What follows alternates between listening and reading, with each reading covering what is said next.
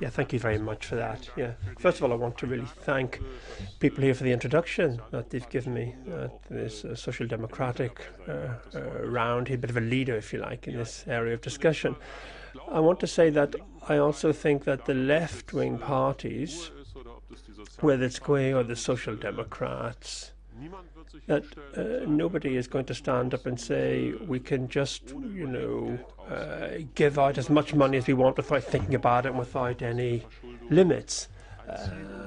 I don't think that debt is going to be a target of our policies. It's absolutely clear that we have to work rationally and properly with the budgets. I mean, we know that debts are always going to lead to higher interest in the future. That's going to be, we have to avoid that. No one is saying that. No one says that that's a rational way of working. But what is also something, it has to be said, is that the reforms that we're undertaking for the crisis are very one-sided. They're very partial. And actually, on their own, it's the wrong solution. Now, why is it the wrong solution? Well, we don't need to go into great detail about that. We know, we see it in Portugal, we see it in Greece already. I've had some contacts with Greece, and there's 1,000 jobs being lost every day in Greece through this particular policy. In Greece, in the meantime, there are more people unemployed and with a pension than people who are working. So, what does that mean? That means who's going to create money? The people who are creating value in the money are the people who need to live the money that's created, and this is a complete imbalance. Now, this way of dealing with the crisis is not going to lead to success. We have to establish that. It's not actually even discussed now. Even Standards and Poor, in terms of the downgrading policy, have already shown that these policies are not going to be successful. It's going to lead us to disaster.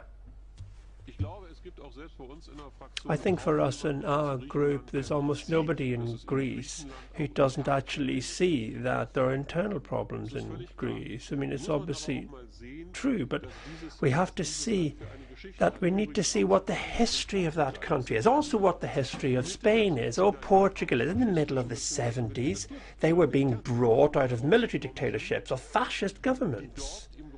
Now, they were moving into the phase of modern societies, modern productive societies, where actually other countries in Europe have already been standing, already been working as modern economic societies for 150 years. So we need to give these countries, in particular, the time, the margin to develop themselves. And that takes time. And that doesn't happen overnight. Now, this is a criticism which I have heard from some Greek colleagues, that if in the European Union if you'd known that there were problems with efficiency and productivity and with the Greek administration, well, there's absolutely no point in expecting overnight that they simply change everything that they do. These people have to first understand what's the problem. They have to learn how things could be done differently. And if you want to change their behavior, you have to give them time. And that also includes give them time at a psychological level so that they can learn what other people have to do. My colleagues were quite right when they said there are problems in Greece. But you have to understand how you increase productivity. You need to give people time, space, so they can learn how to do that with confidence. So the time factor is very important here. And I'm aware of that as a German because I come from the Ruhrgebiet. This is an area where, Stefan also knows this, we had to deal with, we've lots of experience with structural change. And that was in the interests of the German government. In 1986, we started transforming the coal industry in the Ruhrgebiet. We were trying to reduce the importance of the mines. And actually, it took us all together, it took us maybe 50 years to go through that entire process. So in order to put all of those structural reforms into place, it took a long period of time. The interpreter didn't get the question from the Dutch colleague, unfortunately. So in Germany, we took time to make the change. And I think that's something it's very important for us to bear in mind. Germany, the Federal Republic, from the very beginning, when it was founded, had an enormous debt. This is a debt that came from the period of the Third Reich. It was a huge burden for Germany. In 1935, there was no, 1955, sorry, there was a write-off of debts, and that put forward a plan in order to ensure the German government wouldn't collapse under the value of its debt. So, for example, they were allowed to pay back in Deutschmarks and not in dollars. And the whole idea there was they weren't going to suffocate the economy at its very birth. And that was extremely important for the economic development of Germany after the Second World War.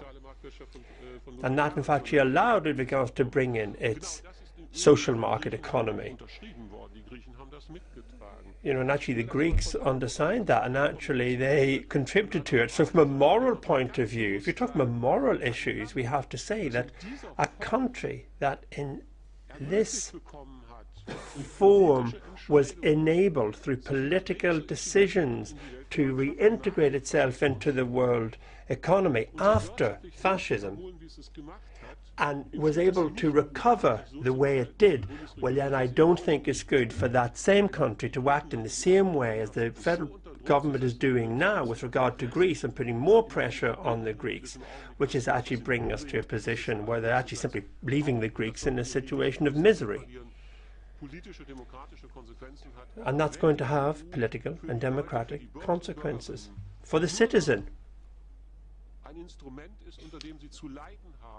They end up suffering, only suffering. And if this happens, if this is all the citizen does is suffer, then we're going to find a certain situation where politics itself loses its raison d'etre. Thank you.